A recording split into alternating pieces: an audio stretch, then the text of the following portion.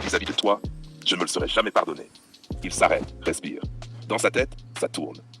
Parce qu'au fond, ce n'était pas toi que je fuyais, c'était moi. C'était ce que je ressentais quand je te regardais. Ce mélange de force et d'inquiétude. Ce vertige au moment où je comprenais que tu pouvais réellement me toucher. Il serre les mâchoires.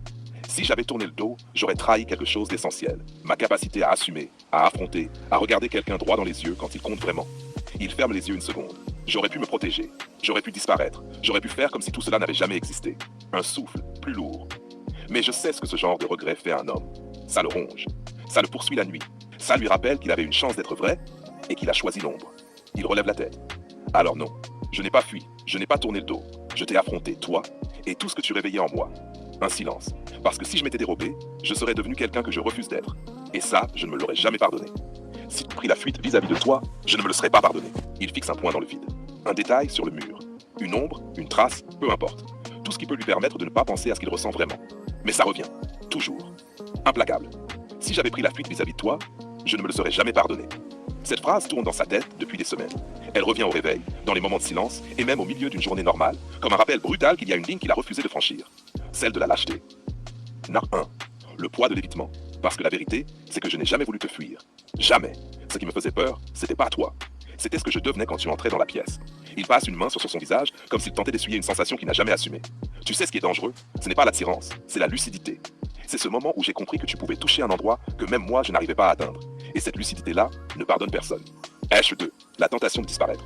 Il se revoit quelques mois plus tôt, l'esprit en combat permanent.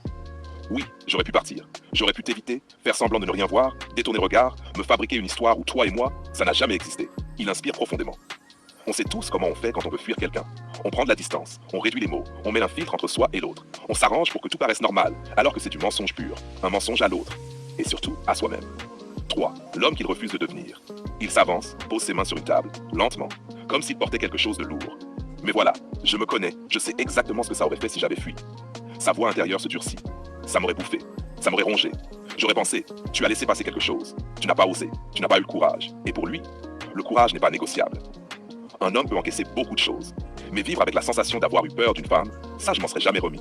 Parce que fuir une personne parfois, c'est fuir ce qu'elle réveille. Et ça, c'est pire. H4. Le moment où il a compris, il y a eu un instant précis, court, presque imperceptible, mais décisif. Un regard, un geste, une tension dans l'air. À ce moment-là, j'ai compris que si je reculais, je perdais plus que toi. Je perdais une part de moi, la part qui ose, qui assume, qui va jusqu'au bout. Il ferme les yeux un instant. Je ne veux pas me regarder dans un miroir et me dire « Tu as été petit, tu n'as pas eu d'épaule, tu as fui ce que tu ressentais. » Non, pas question. 5. L'affrontement nécessaire. Alors j'ai fait ce que la plupart ne font pas. Je t'ai affronté. Pas dans le sens conflictuel, dans le sens profond, dans le sens dangereux, dans le sens authentique. Je t'ai affronté toi, et ce que tu réveillais en moi.